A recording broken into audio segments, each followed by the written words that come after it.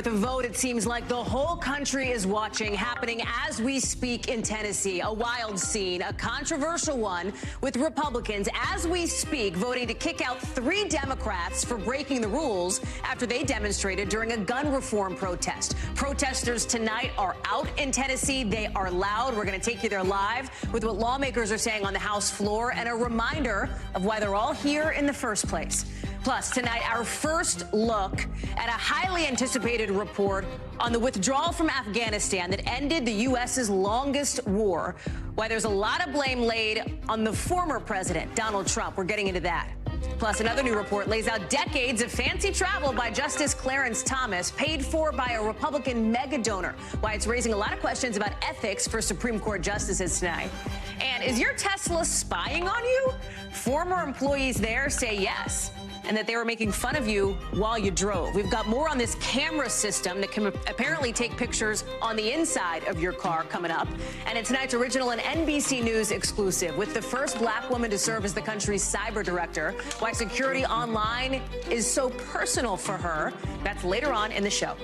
Hey there, I'm Hallie, and any minute now, the second of 3 Democrats in Tennessee voted into the State House by their constituents are expected to be kicked out of that state house by Republicans who say those so-called Tennessee 3 broke the rules during a protest to change gun laws after last week's school shooting in Nashville. That has infuriated people. Listen here at the moments after the first vote went down. Watch.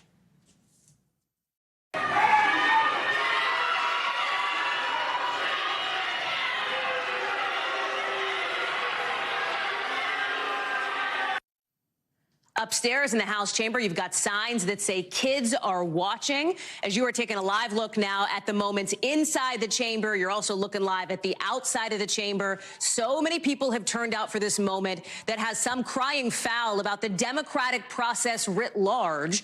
You've got people who have been chanting in the hallways, people who have been talking about how passionate they are about this. So far, state reps Justin Jones and Justin Pearson have been kicked out. We're actually waiting on the Pearson vote. Gloria Johnson is up next. And Republicans who have the majority here say they're getting expelled because of this moment.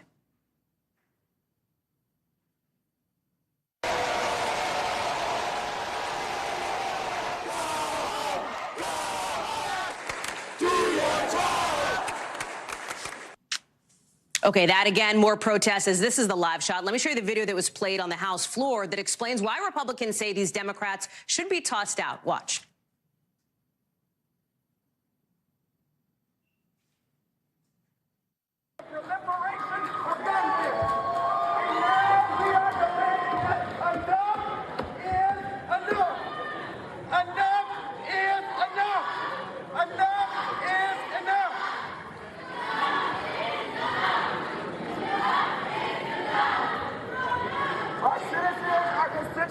Okay, so Republicans say that those 3 people you just saw there broke the rules by going down to the well of the House floor to join protesters demanding changes to gun laws. The fact this video was even filmed at all, by the way, may have itself been a violation of the rules on the other side of the aisle. Everybody is fired up about this. Those on the left making the case it should be up to voters to decide who should serve, not Republicans.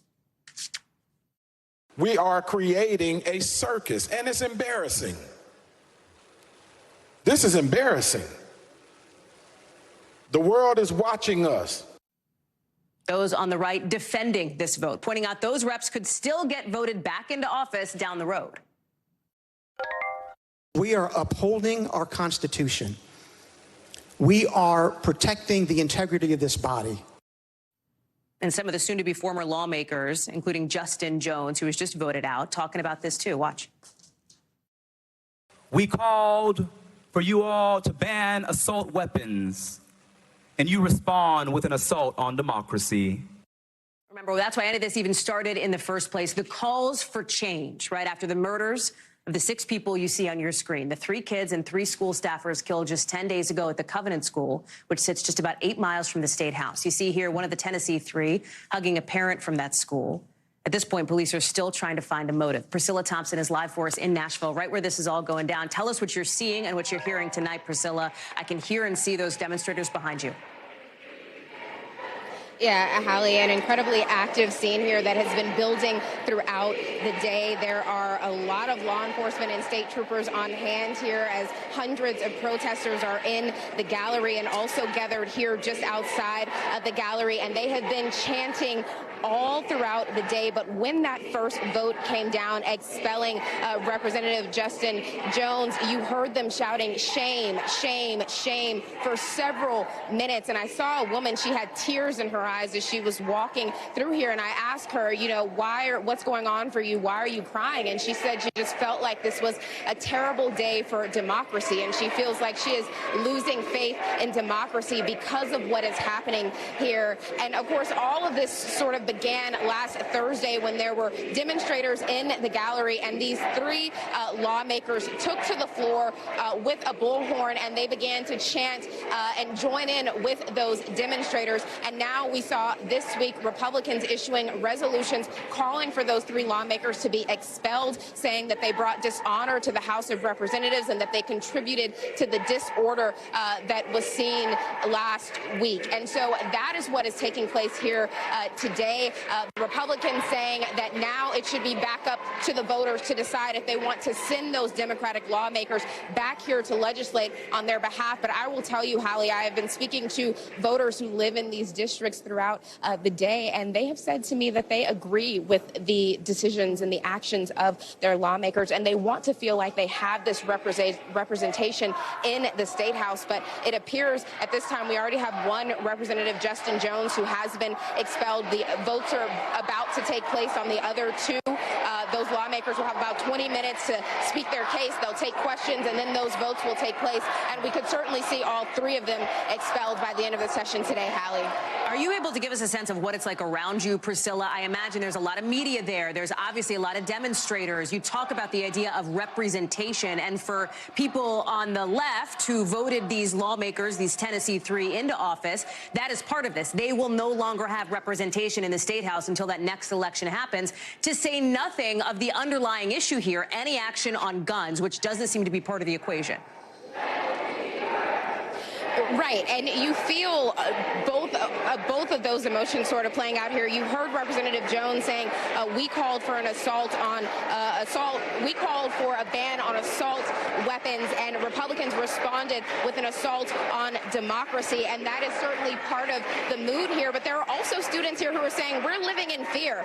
We don't want this for the next generation, but how can we affect change if we don't even feel like we have voices that are being heard in the legislature and in this democracy? And I will tell you, we are standing here by a walkway, and there have been lawmakers coming out to take bathroom breaks, and these protesters have turned on them, and they have been shouting shame, and they have been saying, you know, you ban books, you ban drag, but kids are still in body bags. And so the underlying issue of gun reform and gun legislation certainly not lost upon the folks here, as more state troopers appear to be passing by me as they're working to sort of make sure that this situation remains under control. And so far, all has been peaceful today, Hallie. Priscilla, I'm going to let you go do what you need to do as far as the news reporting piece of this. We're going to check back in with you in just about 45, 50 minutes from now to see the latest. Thank you so much for being there on the ground for us on a story we have been covering here for days. Want to get to some other big news out of Washington here, because late tonight, as part of a long-awaited review on the end of the war in Afghanistan, we are getting new signals from the White House that the evacuation of Kabul started too late, with the Pentagon apparently putting a lot of the blame on former President Donald Trump and his administration. That is how the White House is framing a new classified report on the withdrawal of troops from Afghanistan that ended America's longest war. It says President Biden was, I'm quoting here, severely constrained by conditions created by his predecessor, adding the Trump administration provided no plans for how to conduct the final withdrawal or to evacuate Americans and Afghan allies. Remember, in the days after the withdrawal, President Biden defended his decision, calling it a success. Listen. The extraordinary success of this mission was due to the incredible skill, bravery, and selfless courage of the United States military and our diplomats and intelligence professionals.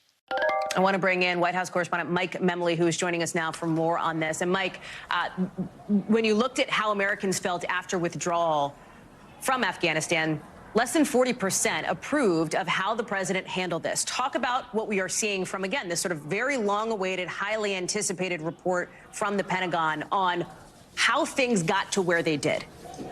So what we have so far, Hallie, and you can see here, it got my markups and notes here as we've been reading through this all afternoon, I know you have as well, is the White House's best effort to essentially spin publicly what lawmakers on Capitol Hill will be seeing in a classified session about the Pentagon's own assessment of what went wrong and what lessons were learned from the withdrawal from Afghanistan. Essentially, what the White House is doing is a lot of blame shifting, pointing to decisions that the Trump administration made that it inherited and then had to adjust and deal with in a very shortened time frame under difficult circumstances, but also standing by in the end the decision that the president did greenlight, that he feels it was the right decision to end America's longest war. Take a listen to how John Kirby spent more than an hour spinning this from the podium at the White House.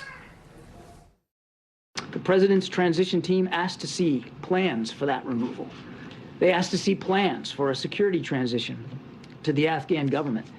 And they asked to see plans to increase the processing of special immigrant visas. None were forthcoming. Transitions matter. That's the first lesson learned here.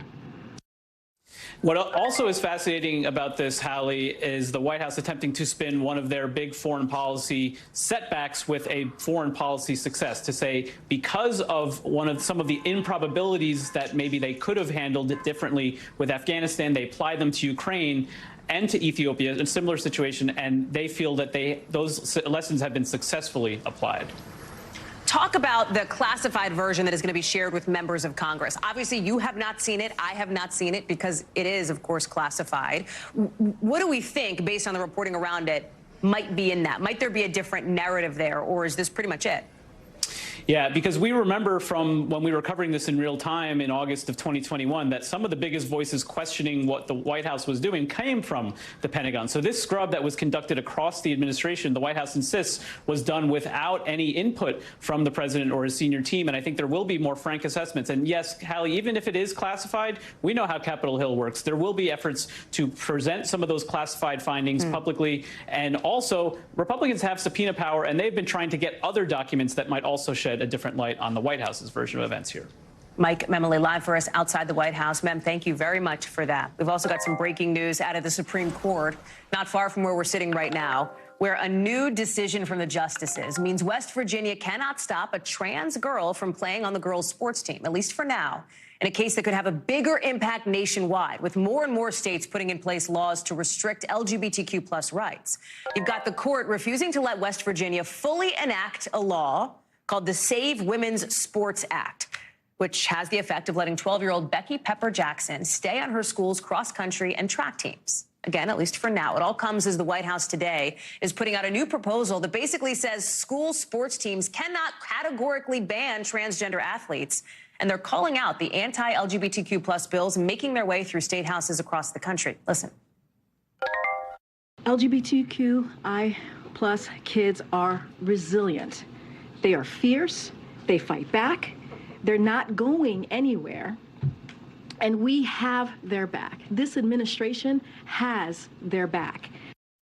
Our Supreme Court reporter Lawrence Hurley is joining us now, so break it down for us, what this decision by the Supreme Court means and what it doesn't mean.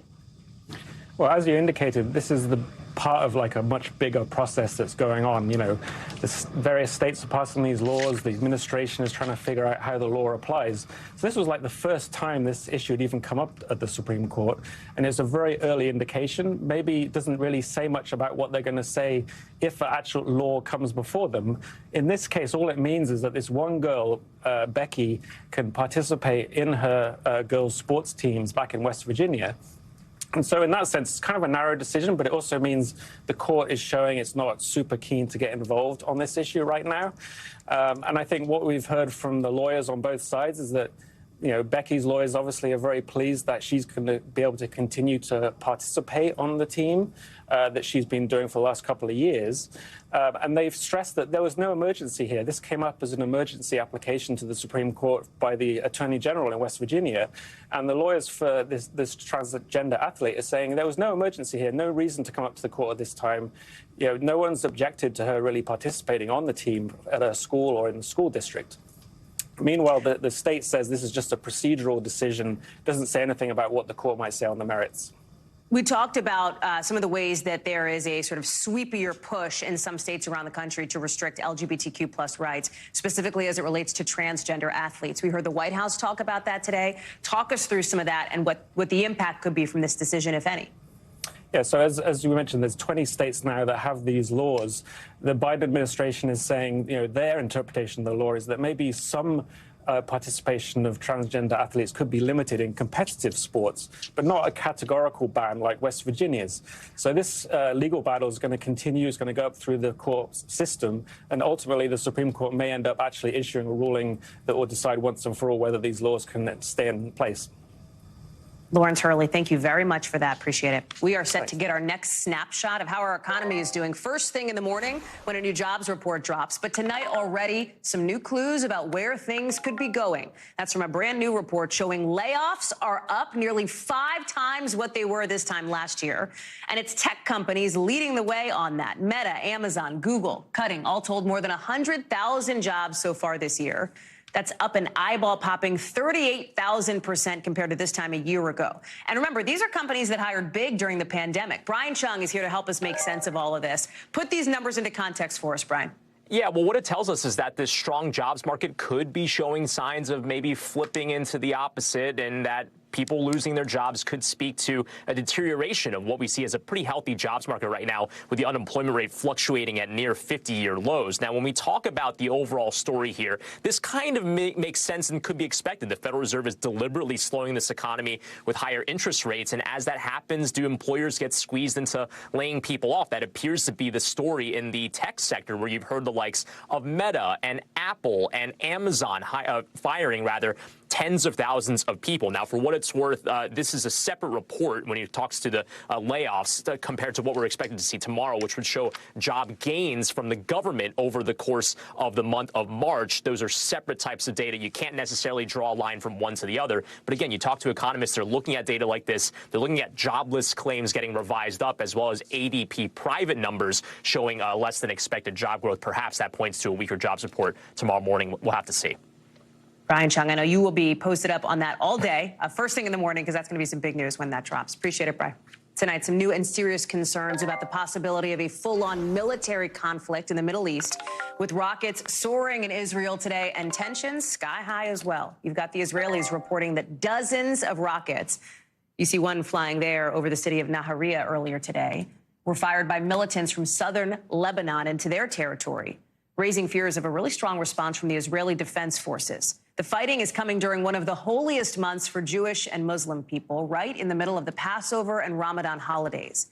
And it's after the violence we've seen in the last 24 hours when Israeli security forces stormed the Al-Aqsa Mosque twice. For context, that's the third holiest site for Muslims and the holiest site for Jews, who call it the Temple Mount.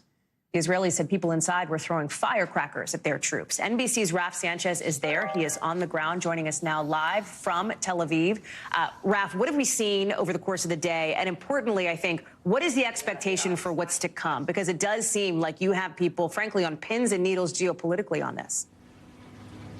Yeah, Hallie, what's to come depends to a very large extent on what Israeli Prime Minister Benjamin Netanyahu decides to do in response to this rocket fire from Lebanon. He has been huddled with his national security officials all evening, and you can imagine the options that he's weighing up. On the one hand, there is a case for striking back hard. This is the biggest rocket attack from Lebanon into Israel since 2006. And Hallie, as you and I have talked about, Netanyahu is under constant pressure from the far right of his government to really be aggressive on these national security issues. But the other side of this is if they hit back too hard, there is a real risk of triggering an all-out war with Hezbollah, the powerful Lebanese militant group which controls southern Lebanon. Now, Israel is saying these rockets appear to have been fired not by Hezbollah, but by Palestinians. And so it's very possible, Palestinians operating out of Lebanon, it is very possible in the coming hours we may see strikes in Lebanon, but also in Gaza, where some of these Palestinian groups are based. So that decision in front of Prime Minister Benjamin Netanyahu right now, Hallie. What about the U.S. piece of this? Because we have heard now from National Security Council spokesperson John Kirby in just the last couple of hours. I want to play that for you. We have, in the previous few days, condemned, used that verb. We have condemned that violence. Of course we have. And you're right, people should be able to worship freely and safely. And we still stand by the status quo on the Temple Mount. It is in some ways a balancing act for the Biden administration here, Raf. Yeah, I think the Biden administration's position here is close friends sometimes have to speak hard truths, and the U.S. sometimes has to speak hard truths to Israel. You have seen the Biden administration criticizing, especially Netanyahu's new right-wing government, over settlements and over how it behaves at these very sensitive holy sites like the Al-Aqsa Mosque. And then at the same time, the U.S. being very forthright that Israel has the right to defend itself against rocket attacks like the ones that we are seeing out of Lebanon. The U.S. often standing behind Israel during these military confrontations like the one we had in Gaza in 2021, in a way that sometimes you see Western European countries saying, look, we need to see a ceasefire right now. The U.S. often prepared to give Israel the diplomatic space to carry out those military strikes and to achieve what it sees as its national security objectives. Hallie. Raf Sanchez live for us there in Tel Aviv. Thank you very much. We are seeing Pope Francis leading Holy Thursday ceremonies today, only about a week after getting out of a hospital in Rome. Look at this. You're going to see the Pope washing and drying the feet of a dozen people inside a prison in what's supposed to represent a sign of humility. He's also leading a mass in St. Peter's Basilica in front of nearly 2,000 followers. All of it setting up a marathon few days for the Pope ahead of Easter Sunday, just 5 days after the 86-year-old was treated for bronchitis. Our Claudio Lavanga is on the ground in Rome for us. He is back, and he is right in the middle of one of the most holy times for Catholics. Talk about his schedule. He had cleared it initially. Obviously, now it's picking back up ahead of Easter Sunday. What do we know about how he's doing? Hey, Hallie. Well, so far the Pope has kept his promise that he will preside over all the events of Holy Week, despite the fact that only a week ago he was still in hospital treating a bad bronchitis. Now, even though to see him on Sunday, literally 24 hours after he was discharged from hospital, attending Palm Sunday a few days ago, it felt a bit premature, to be honest, because he was looking very frail, tired. His voice was very weak. Well, fast forward a few days today, he looked perfectly fine, as healthy as he's been in the last few months. And he was even, as you saw on those pictures, kneeling down to wash those feet of the inmates in that juvenile detention center, kissing their feet. And we're not talking about just an 86-year-old man here. We're talking about someone who's had a very bad knee that forced him to walk with a cane and sometimes on a wheelchair. And so kneeling down must have been pretty painful and difficult for him. And yet he still did it. Now, talking about the schedule, it doesn't prevent him from attending the other events scheduled for Holy Week. Tomorrow, there's the Way of the Cross all the way to the Colosseum. He's presiding that. Then, of course, he's got the Easter Vigil on Saturday and then Easter Mass on Sunday, plus the Urbi et Orbi, the Apostolic Blessing from the balcony in St. Peter's Square on Sunday after Easter Mass, and then on Monday, the Easter Blessing, Hallie. Give us a sense, Claudio, and it's late where you are there at that plaza in Rome, but what it's like as Catholics are flocking to the Vatican in many ways for Easter and with the Pope back. Well, Holy Week is the most important week in the calendar of the Catholic Church. So a lot of people will have booked their holidays around this time, especially pilgrims and tourists in general, in the hope that they will see also the Pope at the Vatican. And they got that chance. They were very worried, of course, for him when he was in hospital last week. But then they must have felt reassured and happy to see him in so many occasions, in every single occasion they could have seen him in all those events that we just mentioned. Now he's, back up on his feet, literally, and continuing with Holy Week. And the people will get still the chance to see him tomorrow at the Way of the Cross at the Colosseum and then on Easter Sunday. So there's still chance for the people to just see how he's doing. Ali? Claudio Lavanga, thank you very much. Live for us in Rome tonight. Appreciate you staying up late. Coming up here on the show, a new report detailing decades of luxury travel by a Supreme Court justice, raising questions about the part of our government that in some ways acts as its own kind of ethics police. What changes could be coming realistically and where this goes next. Plus, police clash with protesters in France with big tourist spots closed today. That's coming up in our 5 Things. An update tonight on that battle of the bowls we told you about on this show 24 hours ago. What Sweetgreen is now doing to resolve a lawsuit from Chipotle, coming up in the 5 things. But first, new anger from Democrats and new questions about ethics for Supreme Court justices tonight after a report from ProPublica details decades of fancy travel taken by Justice Clarence Thomas and paid for by a Republican mega donor. This new report lays out a bunch of trips Thomas and Harlan Crow took, including with their families, over the course of decades. Look at this. Yacht trips to Indonesia, fishing at Crow's Resort in the Adirondacks, cigars and whiskey at an all-men private retreat in California, cruising the waters around New Zealand. So now there's this question. Did Justice Thomas break any rules or laws by letting this big-time donor pick up the tab for all these vacations? And by rubbing shoulders with big-time corporate friends of his? Could that have influenced any decisions Thomas made from the bench? And why didn't he disclose that he was taking most of these trips, paid for, a gift, basically, from somebody else?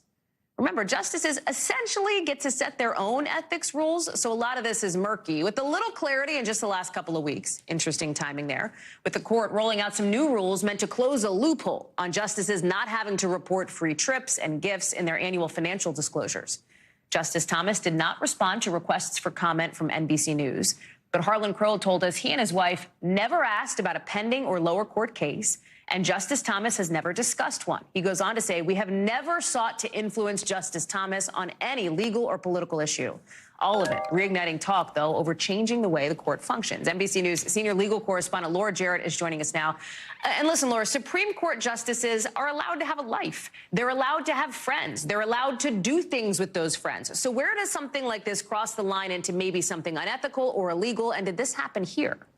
So I think the optics of this don't look good. As you laid out, all of these fancy trips paid by this GOP mega donor, which according to ProPublica, were basically not disclosed on his financial forms as is required by federal law. Now, I should mention NBC has not verified the contents of this deep dive by ProPublica, but it's murky about whether he needed to actually disclose any of these gifts in the first place. And that's because, as you mentioned, there's been this big loophole which has allowed basically the justices in cases of personal hospitality. So if they stay at a friend's resort, they don't have to disclose that. Now, there's a bit of a dispute about whether or not he would have actually had to disclose the private travel on the jets in the first place. But I think the larger issue, as you point out, is that the justices are essentially policing themselves. There is not a code of conduct for justices like other federal judges. And as a result, you now have Democrats crying foul. Senator Dick Durbin, chair of the Judiciary Committee, putting out a statement today saying this behavior is simply inconsistent with the ethical standards the American public expect of any public servant, let alone a justice on the Supreme Court. The ProPublica report is a call to action, and the Senate Judiciary Committee will act. Whether they have the votes to really do anything about that, Hallie, remains to be seen. There doesn't seem to be enough of a will in Congress to actually make a change here. And it is an interesting question to be raised at this moment. Nonetheless, you think about justices, unlike presidents or members of Congress, they don't have to run for re-election. They don't have term limits. Up until these new regulations we just mentioned went into place, they don't have as many restrictions on the kinds of gifts they can expect. And for a long time, it seems like it wasn't an issue because they were such a trusted institution in this country, the court. That is changing now. This Gallup poll found last year that only 47% of Americans have trust and confidence in the court. That is down 20% from the same poll back in 2021. You cover the court, right? What is the level of concern about this idea of dwindling trust here? Yeah, I think it's a real issue. The public perception, as you say, the degradation of the trust in this third branch of government, I think is a live issue. But it's, again, not that clear that there's going to be any movement on it. The justices have basically said that they know how to police themselves just fine. And so there doesn't seem to be any indication that they want to do anything about it. But as one ethical expert I spoke with for this story today, Hallie, said even if he didn't have to disclose this stuff, he should have wanted to, given the public perception issues, given all of the scrutiny that the court is under for all of its decisions these days. You would have thought that he would have erred on the side of caution. Laura, Jared, thank you very much for that breakdown. It's interesting stuff. Appreciate it. Sure. Let's get you over to the 5 things our team thinks you should know about tonight. Number 1, hundreds of thousands of people protesting in France today over the French president's plan to raise the age of retirement. The strikes didn't really affect schools or transportation, but it did affect tourist spots like the Eiffel Tower, which closed. Officials say the number of workers who are on strike has gone down since demonstrations started a few months ago, but unions want more of these protests next week. Number 2, Italy's former prime minister, Silvio Berlusconi, has been diagnosed with leukemia. We told you yesterday on this show that the 86-year-old had been sent to the ICU with a lung infection. His personal doctor now says it's related to the cancer that he's had for some time. Number 3, a big recall from Honda, recalling more than 560,000 older models of its CR-V line. Why? Well, Honda says that salt on the road can cause the frame to rust out more, and then that could lead to parts of the rear suspension coming loose. Obviously, that ups your risk for a crash. If you have one of these recalled cars, if you own one, you can get a free repair or a buyback from Honda dealers. Go talk to yours. Number 4, Sweetgreen is backing down after the trademark lawsuit from Chipotle over Sweetgreen's new Chipotle Chicken Bowl. The salad chain says it's going to change its name. It's not going to call it a Chipotle Chicken Bowl. It'll call it the Chicken Plus Chipotle Pepper Bowl now. It's all part of a tentative agreement to resolve that lawsuit with Chipotle. Number 5, Starbucks' kind of hyped up olive oil-infused coffees are finally out, and the reviews are, well, let's just call them what they are. They're not amazing. Customers are online saying that the oleado is causing some tummy aches. For context, experts say olive oil can be used as a kind of natural laxative. Perhaps I will stick with my iced Americano. Thank you very much. Still to come here on the show, some Tesla employees reportedly shared pictures internally of people in serious or embarrassing situations, their own cars reportedly recording them. What former workers told Reuters they saw, including, by the way, some nudity, after a break.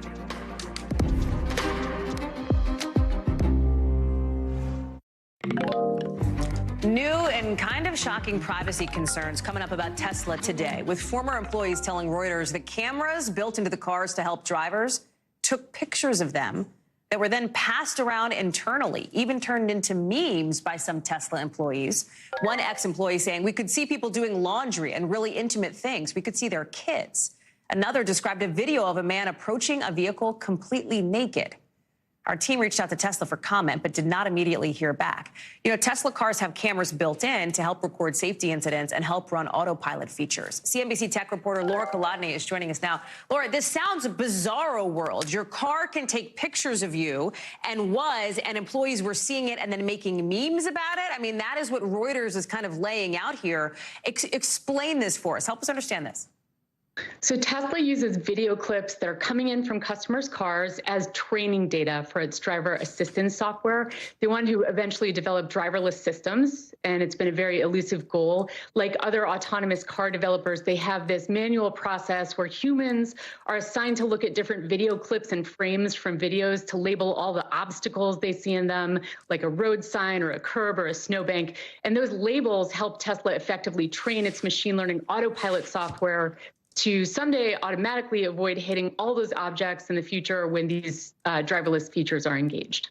What is, I know we're not hearing much from Tesla on this, but how big of a problem is this for them? And what do they say about privacy? Because presumably they would, I mean, like I go on my phone or whatever, some app, and it says, we will not sell you, whatever, like whatever, right? There's always typically kind of a privacy protection clause that ends up in some of these things. Was that the case with Tesla? Tesla has, just a month ago, and maybe they were front running this Reuters story, this excellent reporting, but they put out this video emphasizing, hey, your data is your own. And if Tesla is looking at it, it's decoupled from your vehicle identifying number, and we don't really know who you are. Some of this reporting reveals that, workers were able to ascertain, like, hey, this is actually a clip from inside Elon Musk's own garage and things like that. Point blank, the only people accessing the video clips should be the ones assigned to label them. This story says Tesla employees made memes and passed around the sometimes very personal footage internally like it was entertainment. That could really rankle, regulators, especially in Europe, where data privacy laws are more stringent. It could draw the ire of regulators here in the U.S. Customers could also be encouraged to choose to opt out as much as they can from sharing their video clips with the company, which, they do offer an opt out for at least some of the video. And I would think that this could make a lot of high-profile individuals who have personal security concerns kind of think twice about opting in. There are a lot of, elected officials and celebrities who are known to drive Teslas, and I could see this being a security concern for them. Laura Kalani, thank you very much. Good to see you. Coming up here on the show, the U.S. relationship with China is really at a kind of low point at the moment, partly because of what's happening with Taiwan. Now, look at this. Members of Congress are showing up there. We'll take you live to the ground in Taipei with how China's reacting to this visit. Plus, investigators think there might be a serial arsonist on the loose in L.A. The clues some neighbors may have caught on their security cameras later on in the local. Right now, we are watching yet another potential flashpoint in the not-so-great relationship between the U.S. and China. A bipartisan group of lawmakers right now is in Taiwan, part of this big show of unity we've been watching between leaders in the U.S. and the self-governing island. Watch.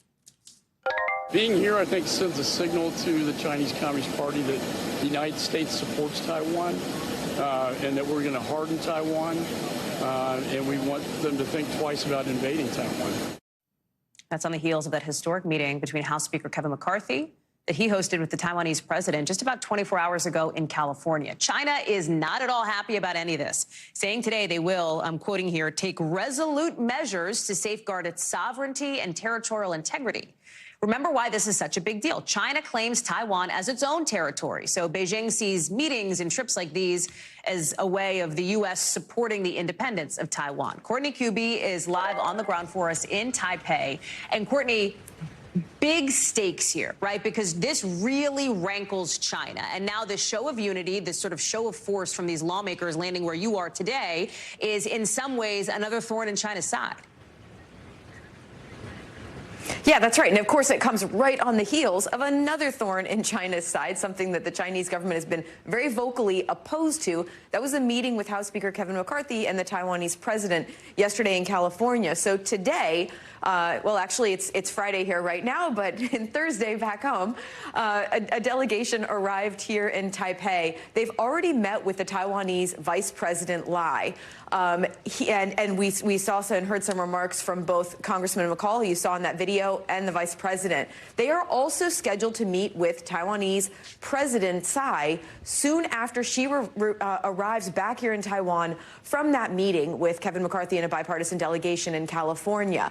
Now, the Chinese government has time and time again said how against these meetings they are. They claim that this is a threat to their sovereignty, that it violates the one China policy that the U.S. still has as their policy towards China and Taiwan, which of course recognizes Beijing as the government and not Taiwan officially. But despite all of that, the Biden administration is trying to downplay and trying to tamp down some of these tensions. We heard from the State Department spokesperson about that very issue just today. Here's what he had to say. We continue to urge Beijing to cease its military, diplomatic, and economic pressure against Taiwan and instead engage in meaningful diplomacy. There's no reason to turn this transit, which is consistent with longstanding U.S. policy, into something that it's not. Okay.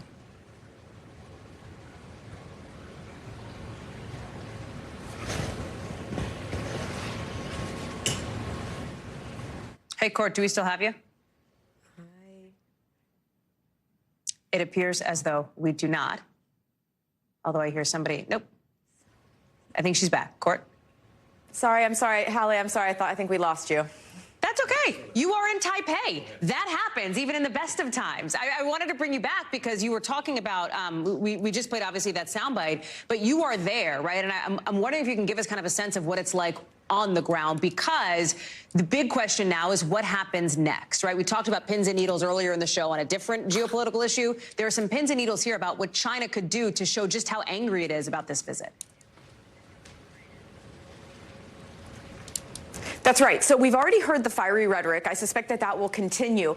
What everyone's waiting now to see is, does China react militarily? So you'll recall that after the meeting with Nancy Pelosi last year, which took place here in Taipei, the Chinese military carried out these unprecedented military drills, live fire exercises. They even simulated a blockade around this island for several days. It was extremely provocative.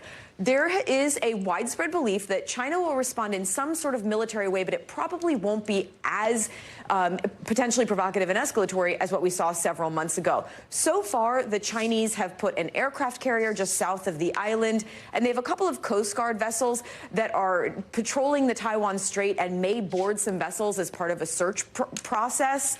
That's all we've seen so far, but the big question is, will that change? Because right now, President Xi himself is hosting a large-scale diplomatic meeting. French President Emmanuel Macron, when he leaves, will that change their calculus, Hallie? Courtney Kube, thank you very much. Appreciate you bearing with us through some of those tech difficulties. Thanks. NBC News covers hundreds of stories every day, and because you couldn't possibly read or watch or listen to them all, our bureau teams have done it for you. This is what they tell us is going down in their regions in a segment we call The Local. From our Southern Bureau, 3 men convicted of murdering rapper XXXTentacion in 2018 have been sentenced to life in prison. They had been found guilty last month of first-degree murder and armed robbery. The rapper's mother says justice was served.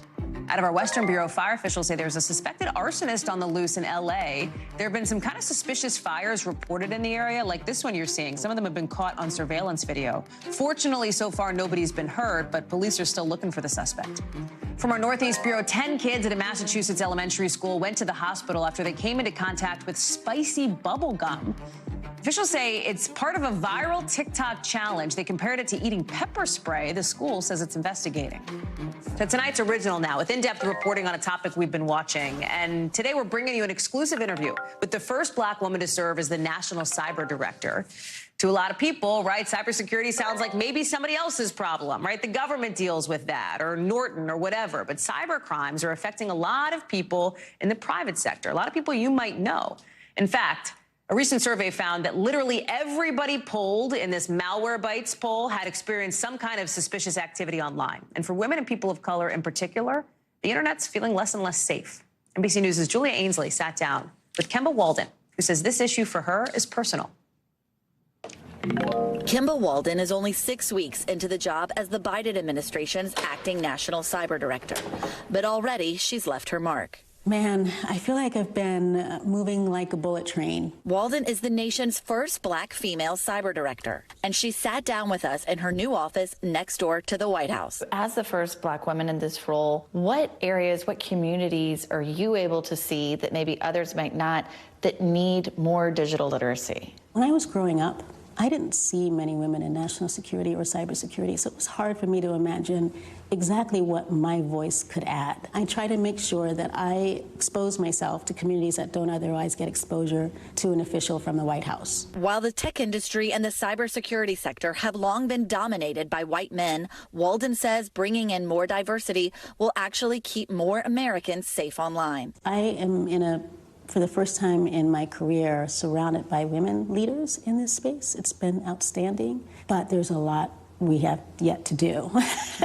I'm still, unfortunately, sometimes in rooms where I'm the only person that looks like me. And just after she took the helm, her office released the nation's most comprehensive cybersecurity strategy to date. Among the strategy's goals is one Walden feels passionate about: protecting people of color and other marginalized communities online. Are underserved communities more likely to be victims of cybercrimes? Yes, that's the unfortunate reality that we are experiencing now. A recent survey found Black, Indigenous, and people of color were less likely to come through a financial cyber attack unscathed compared to others. And Jessica Ann Mitchell-Awuyor, founder of the National Black Cultural Information Trust, says her group tracked misinformation targeting Black Americans online during the 2016 and 2020 election. There were many pop-up social media posts using cultural things to try to make Black communities not vote by saying that no one ever does anything for us. And these are ultimately valid criticisms in terms of politics, but what happens is it is infused with false information intentionally meant to make us not want to vote at all. So what does it mean then to have a Black woman heading cybersecurity at the White House? I think it means so much, because then right now maybe we'll have someone that really understands the importance of protecting our communities online. But it wasn't always easy. Along the course of your career, did you experience discrimination either for your race or your gender being in this heavily white male dominated industry? And if you did, how did you deal with that? Yes. The short answer is yes. I have experienced it. I do experience it. How do I deal with it? I work hard at making sure I quiet down the voices in my head that give any sort of power to that feeling. I can't control what other people around me say, do, and think. I can control my behavior and call it out when I see it. Julia Ainsley is joining us now. And Julia, it sounds like Kemba Walden is saying that people need to take this so seriously on a national security level, but also on like a very individual and a very personal level.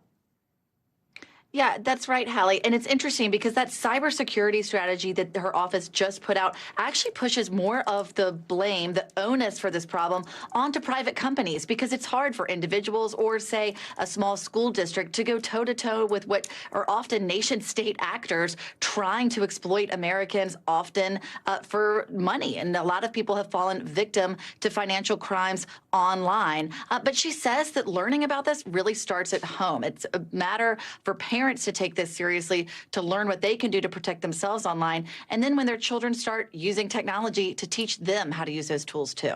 Julia Ainsley, thank you so much for tonight's original, that exclusive sit down. We're glad to have you bring it to us here tonight. Appreciate it.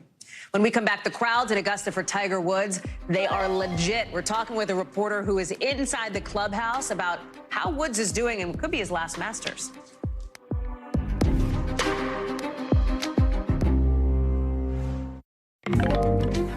So late today, we have seen Tiger Woods wrapping up the first round of what could be his very last Masters ever. He's checking in at 2 over par. Legendary and sometimes controversial golfer, has the second most major championships ever. You see all 15 of them on your screen here, from his first Masters in '97 to his title in 2019, a kind of unexpected one. He's also tied for first on the PGA Tour, but even he says he's not seeing quite as many friendly faces anymore. I don't know how many more I have in me. I know more guys on the Champions Tour than I do the regular tour. But even though those chances are slim, take a look at this tweet from Golf Digest. Look at the crowds. Look at the number of people who are coming out to see Tiger, like tons of people. Rex Hoggard from the Golf Channel is at Augusta National in Georgia. You are there. You are seeing it.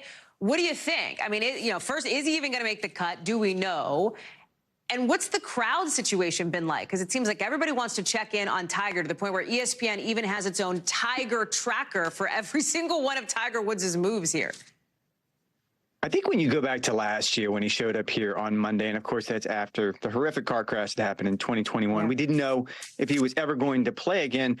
I will say this is my 23rd Masters. I've never seen crowds like that. It was Monday of Masters week, and everything he did, people were 5, 6, 7 people deep along the fairways. It's an amazing view, and I think this has everything to do with what Tiger has done throughout his entire career.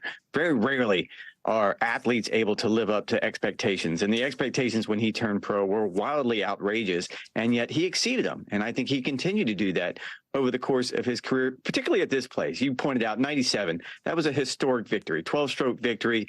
It really set the tone. And then in 2019, as you pointed out, I mean, I think a lot of people thought his career was probably over, and that really capped what he had done in the major championships, 15 major championships. Even last year, after that car crash, making the cut, all of these things exceed expectations. I think that's what draws people to him.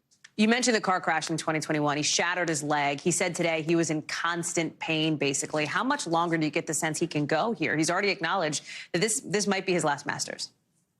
I think it's difficult for him. Look, he's always done a very good job throughout his career of sort of hiding the ailments. And there's been so many ailments that he's dealt with, back, neck, everything else that he's had to deal with.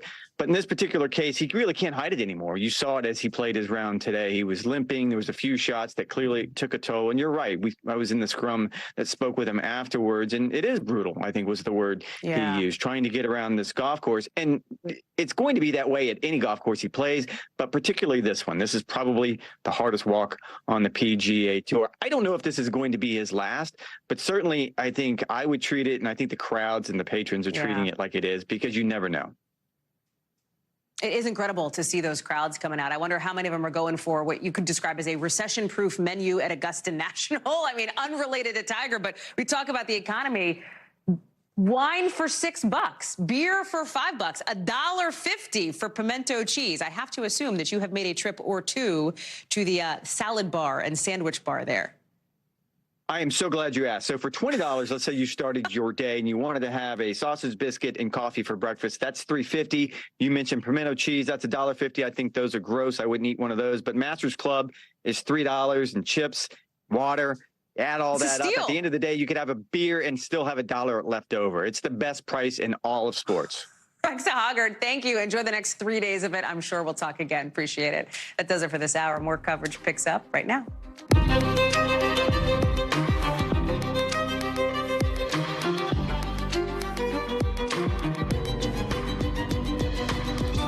Coming on the air with a vote, it seems like the whole country is watching, happening right now in Tennessee. It is a wild scene. It is a controversial one, with Republicans voting as we speak right now to kick out 3 Democrats, they say for breaking the rules, out of a job because these Democrats demonstrated during a gun reform protest. The protesters are out and loud. We'll take you to the House floor and we'll take you live to where this is all happening.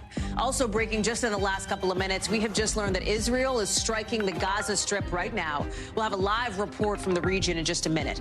Plus, for the first time, the Biden administration seems to be acknowledging the U.S. may have pulled out of Afghanistan and started that withdrawal too late. Why this new report also lays the blame pretty heavily on former President Trump. And a different new report lays out decades of fancy travel by Clarence Thomas, paid for by a Republican mega donor, why it's raising a ton of questions about ethics for Supreme Court justices. Plus, a busy summer travel season ahead, why airlines are getting ready with bigger planes and what it means for the price you pay. And in tonight's original and NBC News exclusive, with the first black woman to serve as the country's cyber director, why security online is a personal issue for her, later on in the show. Hey there, I'm Hallie, and listen, any minute now, we expect to see the second of 3 Democrats in Tennessee who were voted into the State House by their constituents, kicked out of that State House by Republicans, who say those so-called Tennessee 3 broke the rules during a protest to change gun laws after last week's school shooting in Nashville. That has infuriated people. Upstairs in the House chamber, we're seeing signs that say kids are watching. Listen to what it sounds like in the halls. Do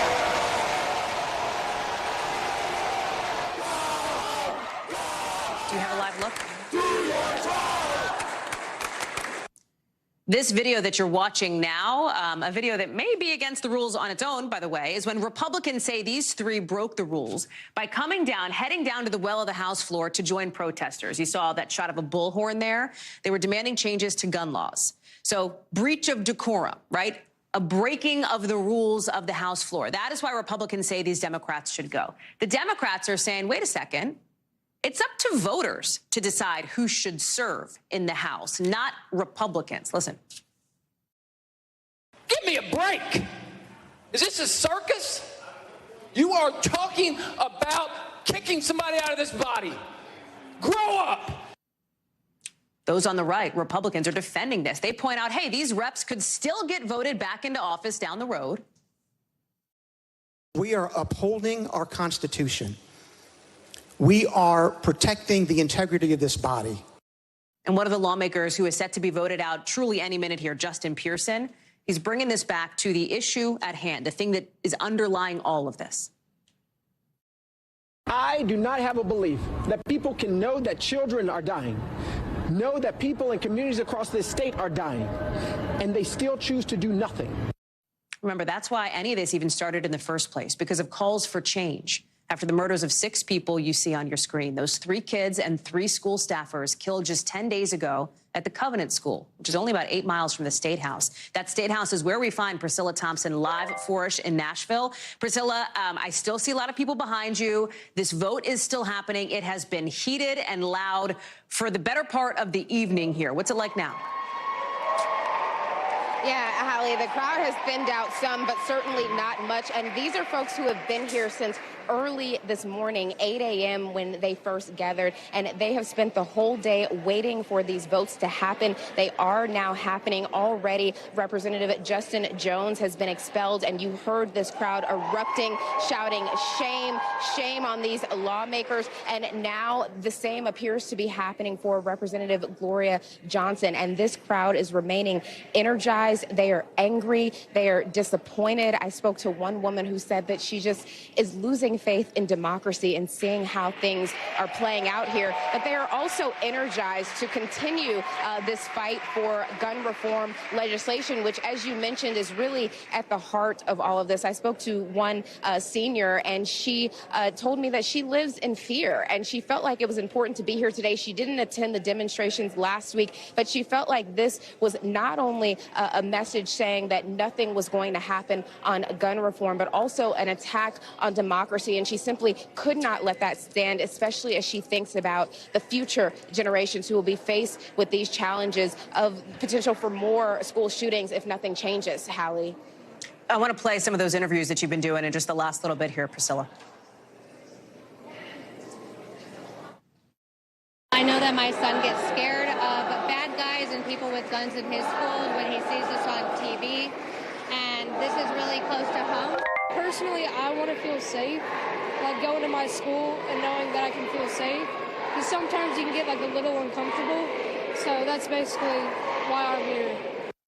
Priscilla, I'm struck by how that little boy is encapsulating what a lot of Democrats are talking about here, including State Representative Gloria Johnson. As we speak, and you would know this better than anybody, the debate on kicking her out is happening now. It takes 30 minutes to an hour plus, 90 minutes to sort of go through each of these lawmakers here. Let me play for you what she said.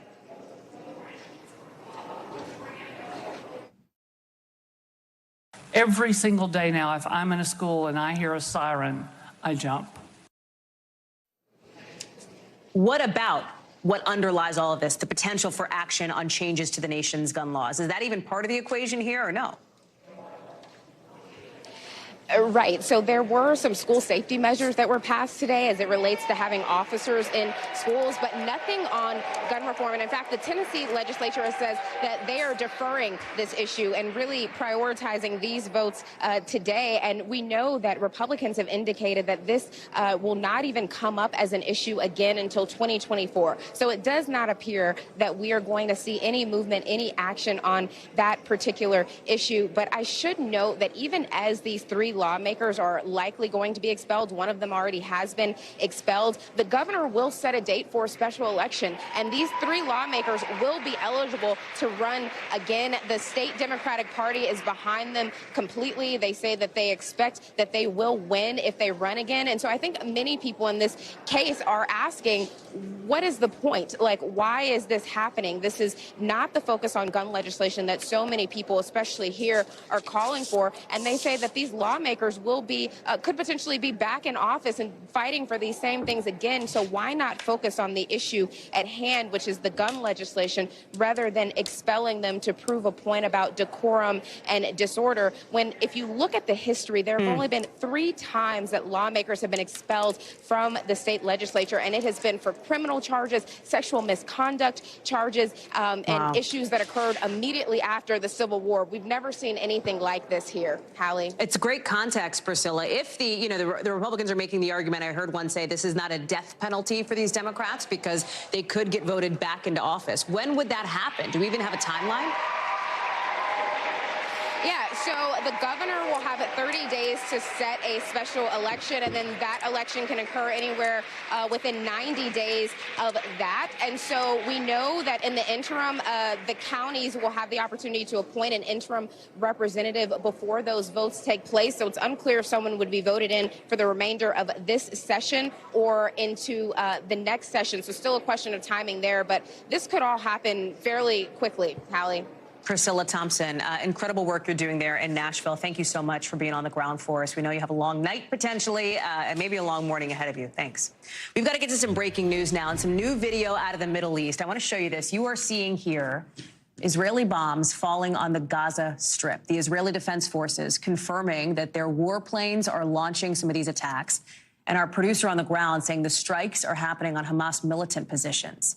This is a significant moment here after violent scenes about 24 hours ago at a very important site for both Muslims and Jews, the Al-Aqsa Mosque in Jerusalem, also known as the Temple Mount. NBC's Raf Sanchez is joining us now from Tel Aviv. We wanted to get right to you, Raf, because this is exactly, you and I spoke about 60 minutes ago and talked about what could the Israelis do. We are now seeing it. Explain that. Yeah, Hallie, a lot can change in 60 minutes. We said last hour that as Israel considered how to respond to this rocket fire from southern Lebanon earlier in the day, that one option might be that they would carry out airstrikes in Gaza, in the Gaza Strip. And that is now happening. In the last 45 minutes or so, Israeli warplanes beginning to hit targets inside Gaza belonging to Hamas, the Palestinian militant group which controls that area. So viewers may be asking, if the rockets are coming from Lebanon, why is Israel hitting inside Gaza?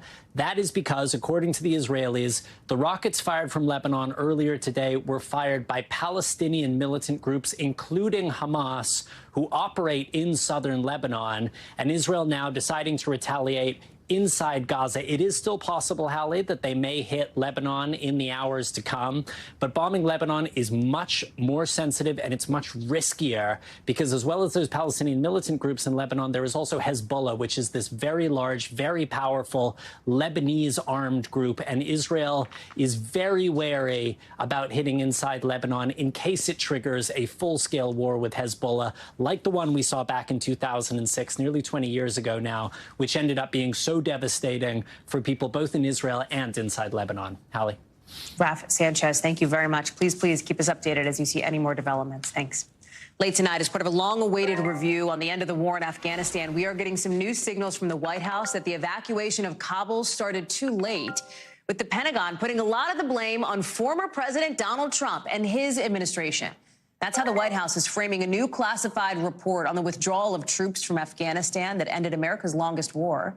And it says President Biden was, I'm quoting here, severely constrained by conditions created by his predecessor, adding that the Trump administration provided no plans for how to conduct the final withdrawal or to evacuate Americans and Afghan allies. We now have a response from former President Trump who says, and I'm quoting here, Biden is responsible, no one else.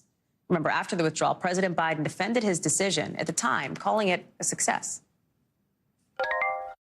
The extraordinary success of this mission was due to the incredible skill, bravery, and selfless courage of the United States military and our diplomats and intelligence professionals. I want to bring in White House correspondent Hallie Rafa, who is live for us now on the North Lawn. So, Hallie, you've got the Biden administration in many ways pointing the finger at Donald Trump. You've got Donald Trump pointing the finger right back at the Biden administration. Walk us through it. Yeah, Hallie. Well, there's been widespread criticism of how this withdrawal of troops from Afghanistan was conducted since it actually happened. And in this White House briefing earlier today, you saw National Security Council spokesman John Kirby essentially spend over an hour laying this out and really differentiating two things, making a distinction between who's responsible for the withdrawal of troops and who is to blame for it. Kirby saying that as Commander-in-Chief, the president takes full responsibility for it. He defended his decision to do it. Remember, this was one of the biggest campaign promises that President Biden made on the 2020 campaign trail, but he made a clear distinction between taking responsibility for it and who is to blame for it, clearly laying the blame for how chaotic this withdrawal was at the Trump administration's feet, essentially saying things were as chaotic as they were because the Biden administration wasn't set up for success by the Trump administration. Take a listen to a bit of what Kirby had to say. The president's transition team asked to see plans for that removal. They asked to see plans for a security transition to the Afghan government. And they asked to see plans to increase the processing of special immigrant visas. None were forthcoming. Transitions matter. That's the first lesson learned here.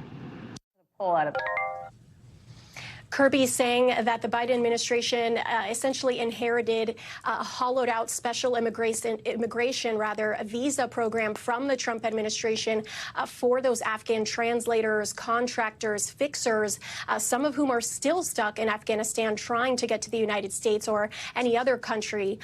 They also said that they inherited an unrealistic timeline for the withdrawal of those troops, and whatever plans the Trump administration had come up with were not shared with the Biden administration during that transition process. Hallie. Allie, you know, part of this, too, is the political impact on President Biden in the months after that withdrawal from Afghanistan. Polling showed that not many Americans, something like not quite 40%, approved of the way that he handled that withdrawal. There's also going to be this classified version shared with only members of Congress, right? Absolutely. And obviously, the public is looking at this declassified piece of this report with a less trained eye than, say, some members of Congress, mainly House Republicans, who have tried to shine a new spotlight on this report, on the withdrawal of those troops, since they regained the House majority in November. So we do expect them to look at this with more scrutiny.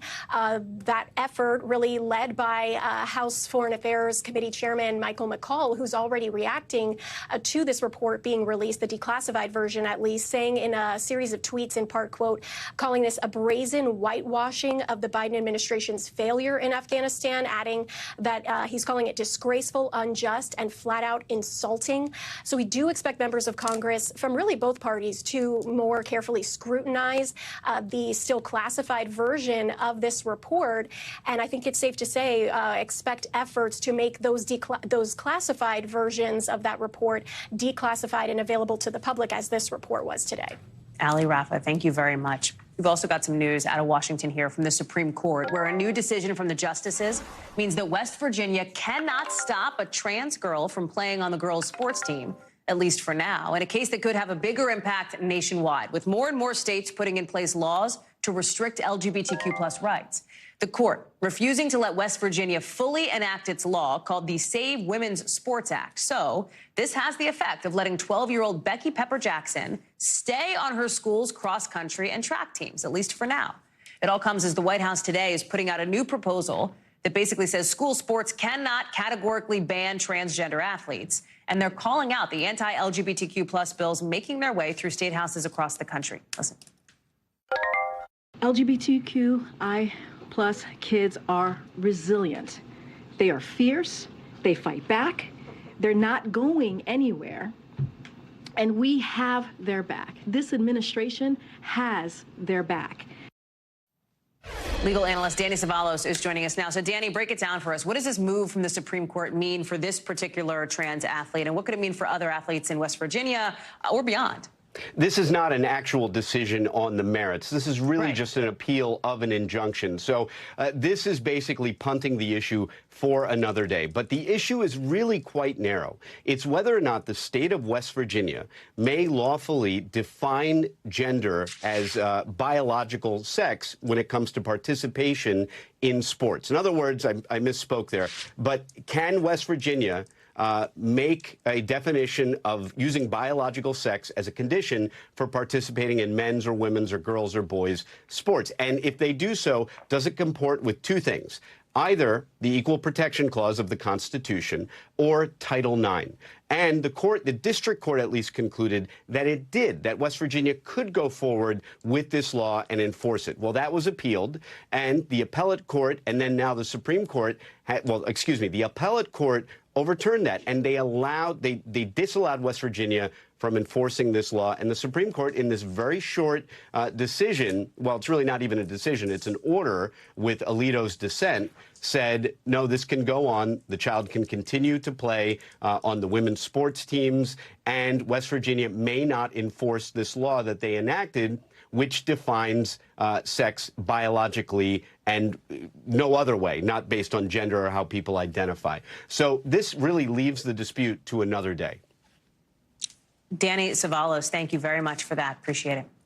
We'll get our next snapshot of how our economy is doing first thing in the morning when a new jobs report drops. But tonight already, we're getting some new clues about where things could be going, with a brand new report showing layoffs are up something like 396%. right? So almost 5 times as much as they were this time last year. And it's tech companies leading the way on that. Something like 270,000 job cuts overall, 100,000 in the tech sector. That's up an eyeball-popping 38,000% compared to this time a year ago. Remember, these are companies that hired big during the pandemic. Brian Chung is here to help us make sense of it.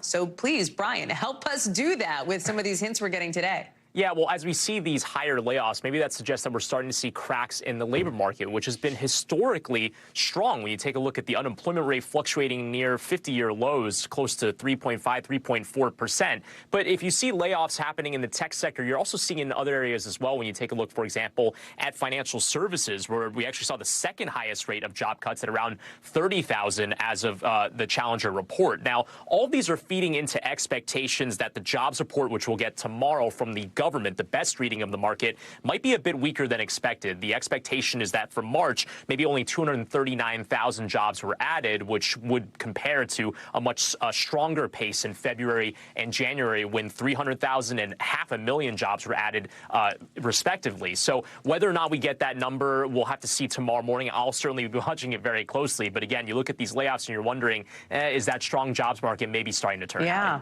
Zoom out a bit, right? And I know you're already sort of talking about how this fits into the economic picture more broadly, but as we look ahead down the road, 6 months, as we look at what the Fed may do, as we look at the idea, people call it a vibe session, recession, what are we going to hit?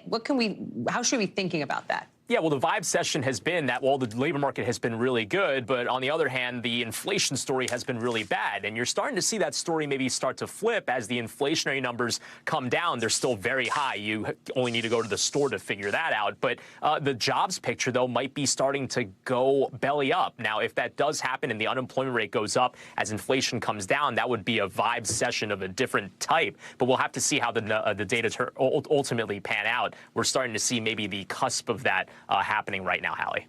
Brian Chung, thank you very much. We are seeing in Rome Pope Francis leading Holy Thursday ceremonies only about a week after getting out of the hospital. The Pope washing and drying the feet of a dozen people inside a prison in what's supposed to represent a sign of humility. There he is, and he's also leading a mass in St. Peter's Basilica in front of nearly 2,000 followers, setting up a marathon few days for the Pope ahead of Easter Sunday, just 5 days after the 86-year-old was treated for bronchitis. Claudio Lavanga is on the ground in Rome for us.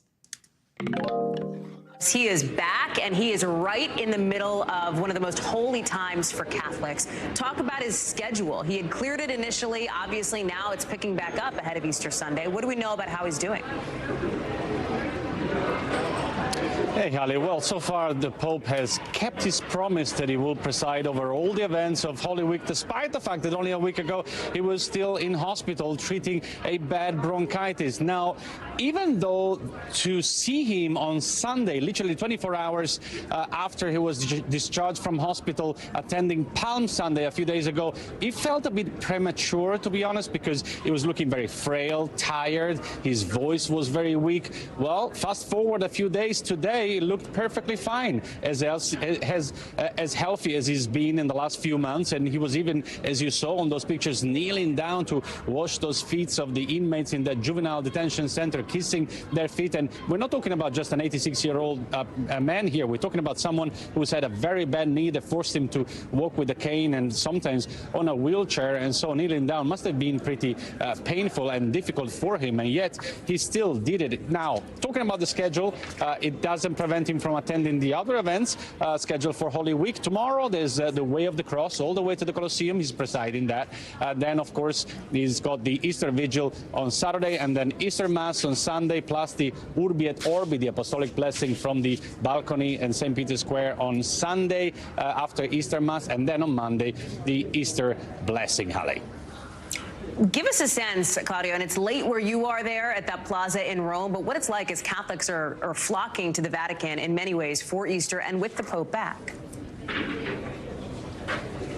Well, Holy Week is the most important week in the calendar of the Catholic Church. So a lot of people will have booked their holidays around this time, especially pilgrims and tourists in general, in the hope that they will see also the Pope at the Vatican. And they got that chance. They were very worried, of course, for him when he was in hospital last week. But then they must have felt reassured and happy to see him in so many occasions, in every single occasion they could have seen him in all those events that we just mentioned. Now he's, back up on his feet, literally, and continuing with Holy Week, and the people will get still the chance to see him tomorrow at the Way of the Cross at the Colosseum, and then on Easter Sunday. So there's still chance for the people to just see how he's doing. Hallie? Claudio Lavanga, thank you very much. Live for us in Rome tonight. Appreciate you staying up late.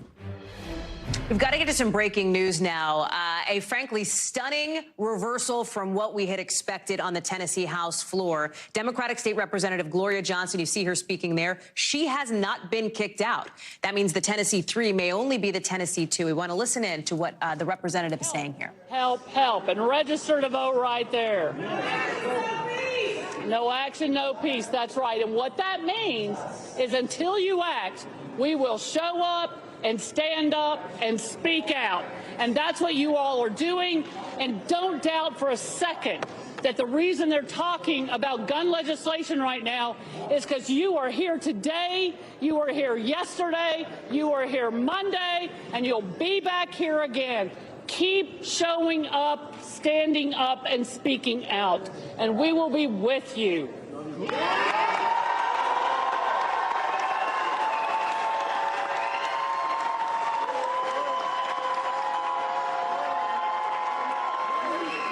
Representative Gloria Johnson there, Democrat in the State House of Tennessee, raising a fist as she has now, and again, a very surprising turn of events, not been expelled from the Tennessee State House, as had been widely expected here.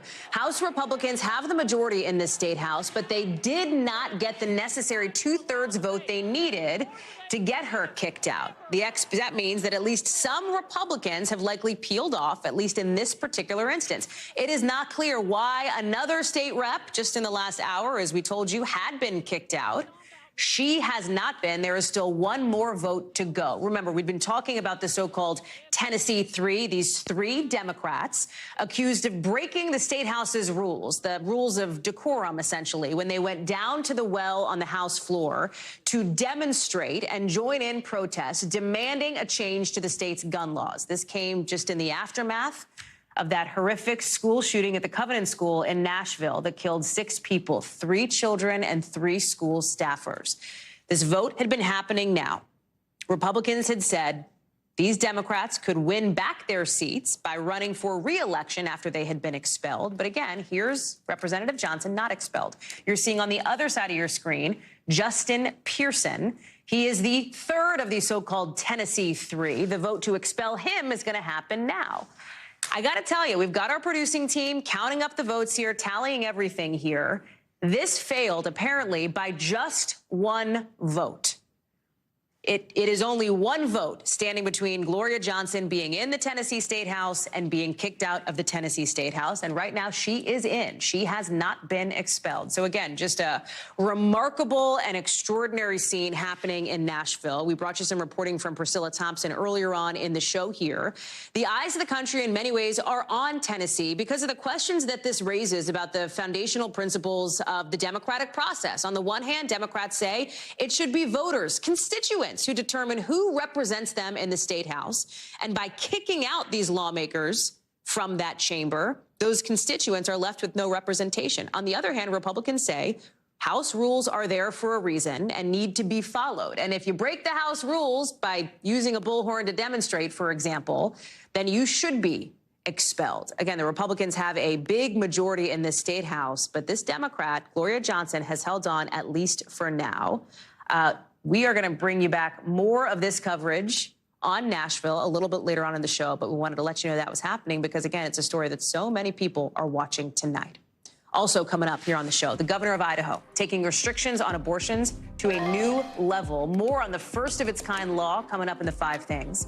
Plus, big evacuations in Colombia, why officials say something that hasn't happened in 10 years in this country could happen within a matter of days. Stay with us.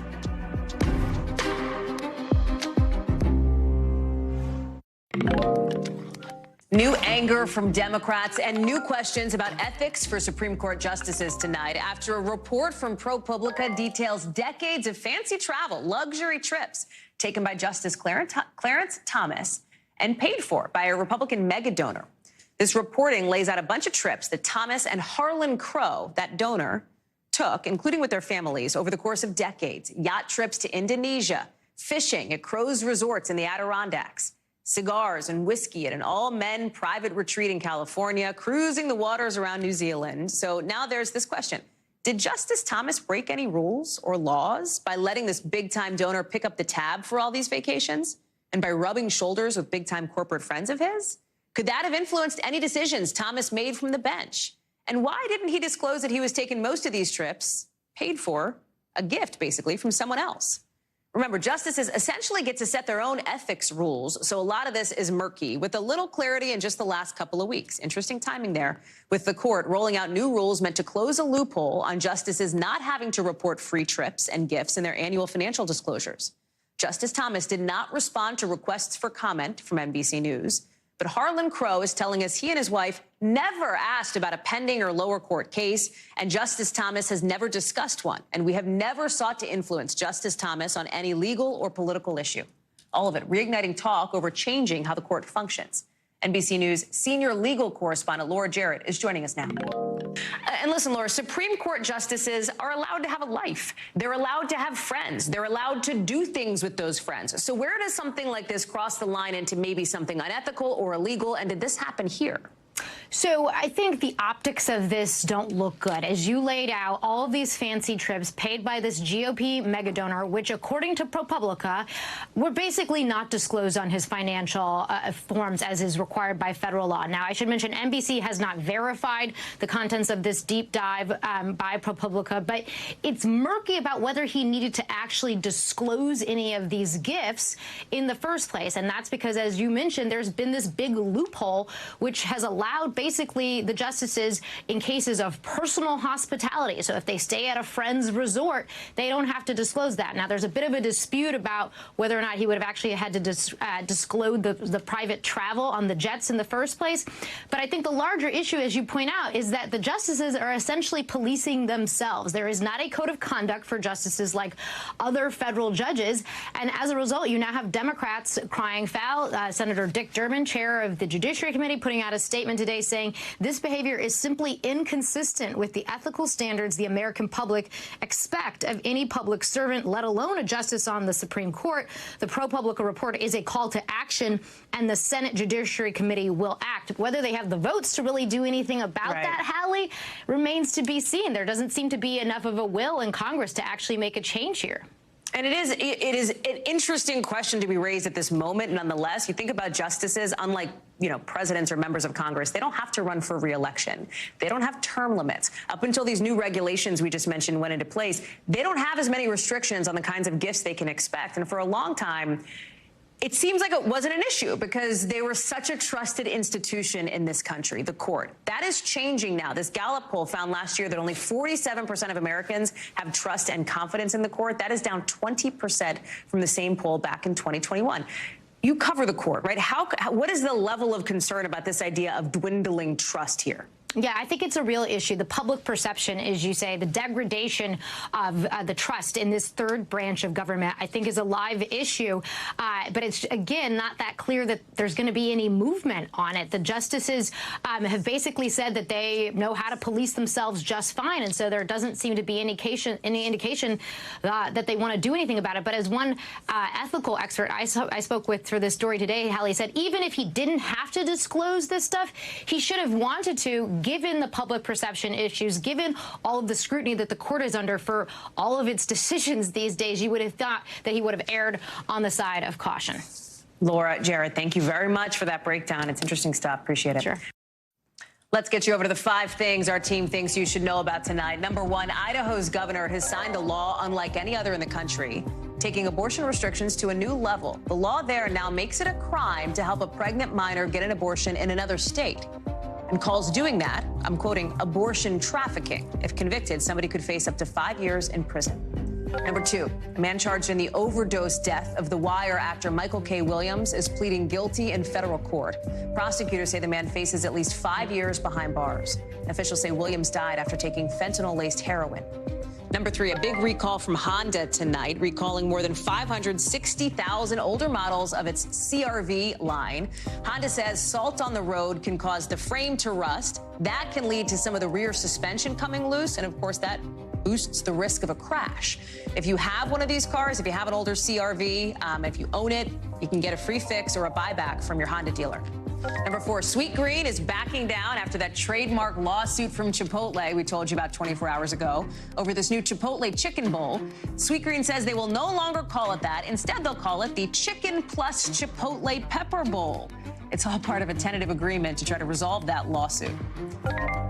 Number 5, Starbucks. Much anticipated olive oil infused coffee drinks are finally out, and some reviews are not amazing. Some people online are saying the coffee chain's oleato is giving them tummy aches. Not all reviews were like that. Starbucks did not immediately reply to NBC's request for comment on this. When we come back, airlines think they might have an answer to fix some of those packed airports, more expensive tickets, but it may not be all good news for your next trip. We're going to explain. Stay with us. Airlines are gearing up for what could be a very busy summer travel season with potentially fewer flights. So they're turning to bigger planes to help keep people moving. It's called upgauging, and it means that airlines will have more seats to sell on each flight. And you might be thinking, well, wait a second, higher demand, fewer flights. That seems kind of counterintuitive, but that actually helps solve a couple of the problems that airlines are running into right now, like shortages of planes, shortages of pilots and crews, air traffic control staffing problems, especially at big East Coast airports. There is a potential downside for travelers if there are fewer flight options, especially at smaller airports that depend on regional jets. That could obviously affect your itinerary. Leslie Josephs is joining us now. Okay, talk about upsides and downsides here. Like, more planes, great, but doesn't mean we're going to be crammed in tighter. Will our tickets get more expensive? Help us understand. Well, it does mean that there are going to be more people per plane. So it might take you a little bit longer to board. It might take you a little bit longer to get off the plane, especially when everyone's jostling for those overhead bins. And it does mean there are, in some cases, fewer options for consumers when you are booking your flight. You know, maybe you want to leave at 10 and there's only one at 2, because airlines in some cases are combining 2 flights into 1. The New York City area is particularly an issue that is very congested, and it's an area also where the FAA is facing staffing shortages. The major 3 airlines, Delta, American, and United in the region, are looking at cutting some flights and have done already for May. So there could be some changes coming. It's not a ton. United, for example, saying it's going to affect less than 2% of their passengers. But if you're one of those passengers, you know, not great news. But it isn't essentially across the country. What about overall demand for the summer, right? Are we seeing, we've talked a lot about how we've seen people, even a little bit last summer, over the holidays for sure, like, get out there. It's like post-pandemic, they want to travel, they're doing it. More of the same come 2023 summer? It looks like it. United had said earlier today that they're seeing more demands for international trips. You know, people have been sidelined for a long time, and maybe they took some trips last year. Maybe they were essential trips. Maybe they were weddings. Maybe they were trips to see family. And consumers seem to still have enough money to take these trips, and they are filling up the planes. You know, there is a lot of talk about recession, and we've had these high-profile layoffs, and it's yet to be seen whether we're going to see a really big dip in travel demand. But so far, we have not seen it. Leslie Josephs, thank you very much for that. My Coming pleasure. up here on the show, the exclusive interview with the first Black woman to serve as National Cyber Director in tonight's original. Plus, forget about snakes on a plane. An Australian man's in real trouble for taking a platypus on a train. The massive manhunt happening now that you have to hear to believe. That's coming up in the Global. We are watching right now yet another potential flashpoint in the not-so-great relationship between the U.S. and China. A bipartisan group of lawmakers in Taiwan landing today, part of this big show of unity we're watching between leaders in the U.S. and leaders in Taiwan. Watch. Being here, I think, sends a signal to the Chinese Communist Party that the United States supports Taiwan and that we're going to harden Taiwan, and we want them to think twice about invading Taiwan. That's on the heels of that historic meeting between House Speaker Kevin McCarthy and Taiwan's president just 24 hours ago in California. And China's not happy about any of this, saying today that they will take resolute measures, in their words, to safeguard its sovereignty and territorial integrity. Remember, this is a big deal because China claims Taiwan as its own and sees meetings and trips like these as basically the U.S. supporting Taiwanese independence. Courtney Kuby is on the ground for us in Taipei. Courtney, big stakes here, right? Because this really rankles China. And now this show of unity, this sort of show of force from these lawmakers landing where you are today, is in some ways another thorn in China's side. Yeah, that's right. And of course, it comes right on the heels of another thorn in China's side, something that the Chinese government has been very vocally opposed to. That was a meeting with House Speaker Kevin McCarthy and the Taiwanese president yesterday in California. So today, well, actually, it's Friday here right now, but in Thursday back home, a delegation arrived here in Taipei. They've already met with the Taiwanese Vice President Lai.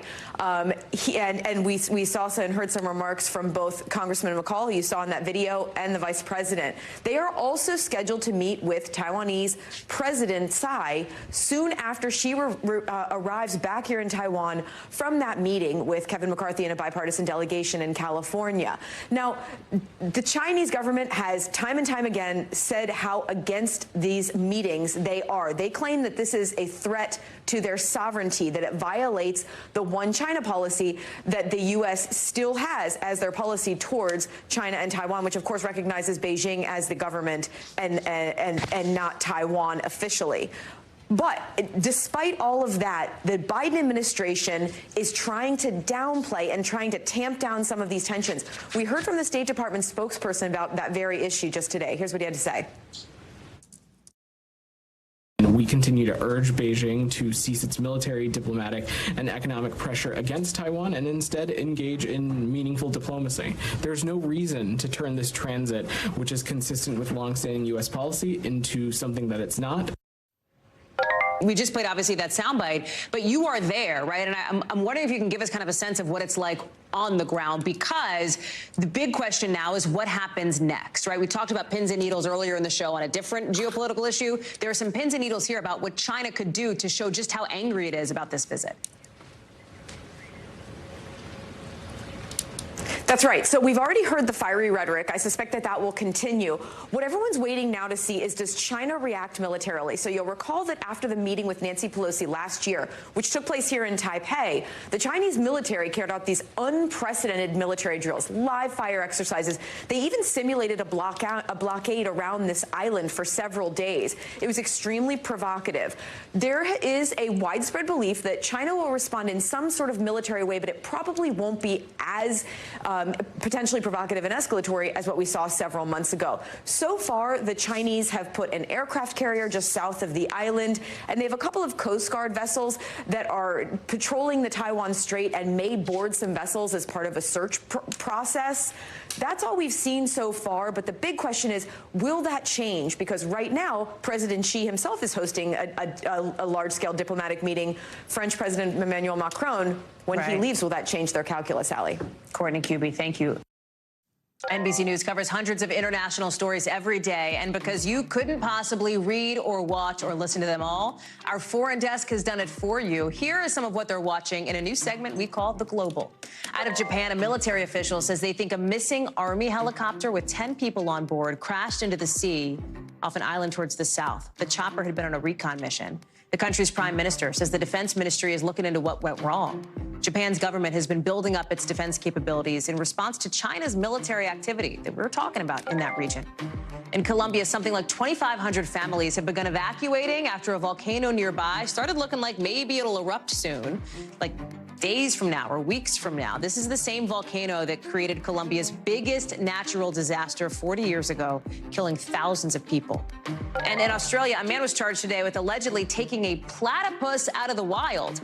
Police say he took it on a train and then showed it off at a shopping center. He's set to be in court on Saturday. Police say they were told the animal was released back into the wild, but nobody knows where it is or how that platypus is doing.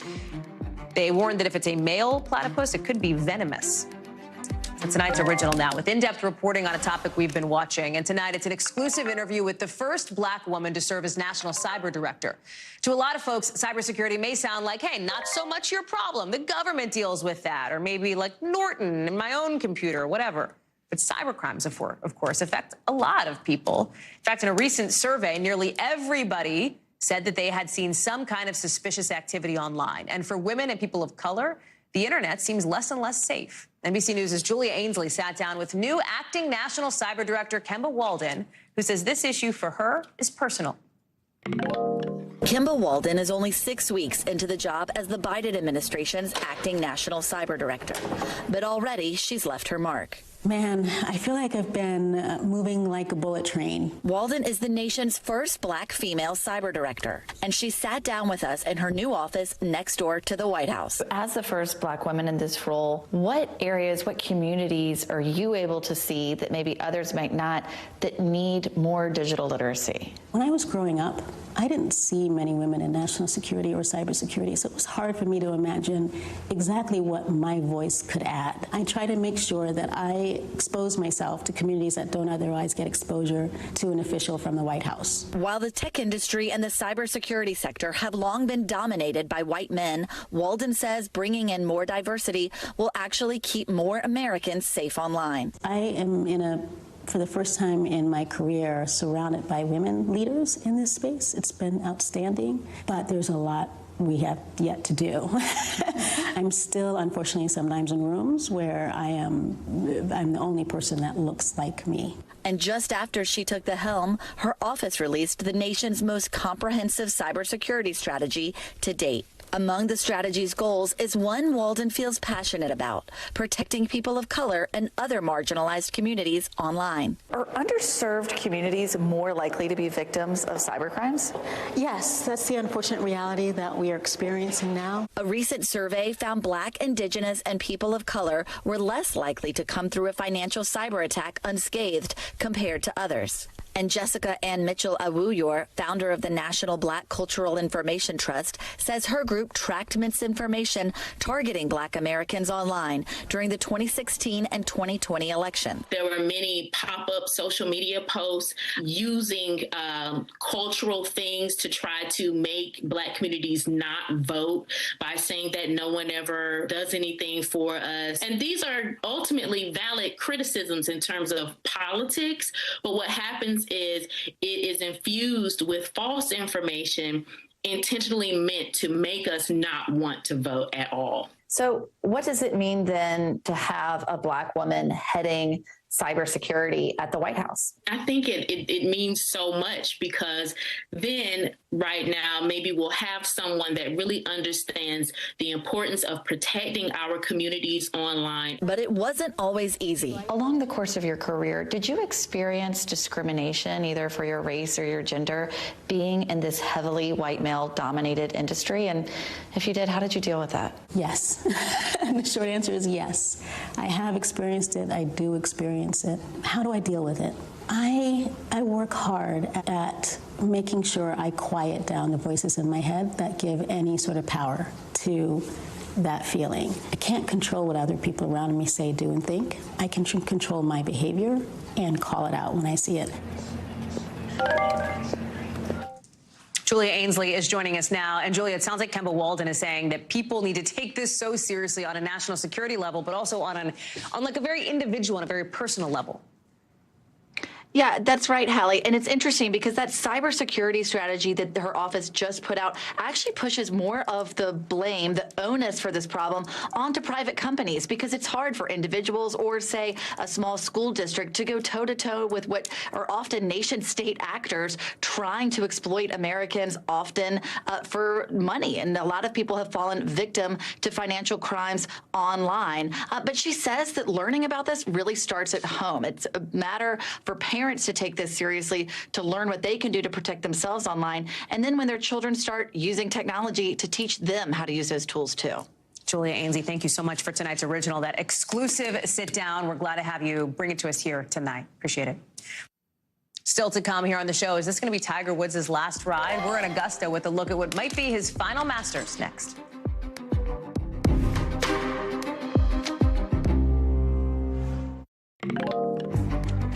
In the last few hours, Tiger Woods is wrapping up the first round of what could be his final Masters, checking in at 2 over par. You know, he's legendary. He's controversial. He's got the second most major championships ever. You see all 15 of them on screen here, from his first Masters in '97 to his 2019 title that was kind of unexpected. He's also tied for first on the PGA Tour, but even he says he's not seeing quite as many friendly faces anymore. I don't know how many more I have in me. I know more guys on the Champions Tour than I do the regular tour. But even though his chances are slim, take a look at this tweet from Golf Digest. Look at these crowds. Look at all of these people who are showing up, turning out to Augusta National to see Tiger Woods. Rex Hoggard is joining us now from Augusta National. What do you think? I mean, first, is he even going to make the cut? Do we know? And what's the crowd situation been like? Because it seems like everybody wants to check in on Tiger to the point where ESPN even has its own Tiger tracker for every single one of Tiger Woods' moves here. I think when you go back to last year when he showed up here on Monday, and of course that's after the horrific car crash that happened in 2021, we didn't know if he was ever going to play again. I will say this is my 23rd Masters. I've never seen crowds like that. It was Monday of Masters week, and everything he did, people were 5, 6, 7 people deep along the fairways. It's an amazing view, and I think this has everything to do with what Tiger has done throughout his entire career. Very rarely are athletes able to live up to expectations, and the expectations when he turned pro were wildly outrageous, and yet he exceeded them. And I think he continued to do that over the course of his career, particularly at this place. You pointed out 97. That was a historic victory, 12-stroke victory. It really set the tone. And then in 2019, as you pointed out, I mean, I think a lot of people thought his career was probably over, and that really capped what he had done in the major championships, 15 major championships. Even last year, after that car crash, making the cut, all of these things exceed expectations. And I think that's what draws people to him. You mentioned the car crash in 2021. He shattered his leg. He said today he was in constant pain, basically. How much longer do you get the sense he can go here? He's already acknowledged that this might be his last Masters. I think it's difficult for him. Look, he's always done a very good job throughout his career of sort of hiding the ailments. And there's been so many ailments that he's dealt with, back, neck, everything else that he's had to deal with.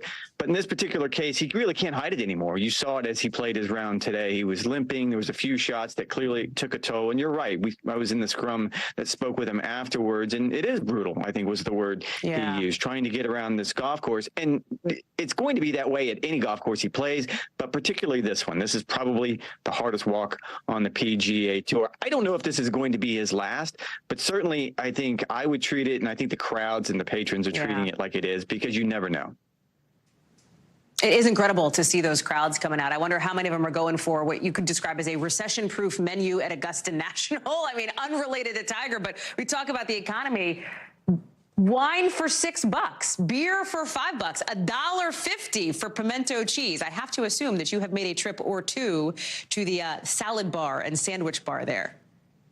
I am so glad you asked. So for $20, let's say you started your day and you wanted to have a sausage biscuit and coffee for breakfast. That's $3.50. You mentioned pimento cheese. That's $1.50. I think those are gross. I wouldn't eat one of those. But Masters Club is $3, and chips, water.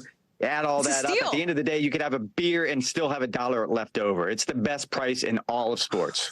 Rex Hoggard, thank you. Enjoy the next 3 days of it. I'm sure we'll talk again. Appreciate it. That does it for us for this hour. Thank you, as always, for being with us here on NBC News Now. We'll have more for you here tomorrow. Same time, same place. Top story picks up right now.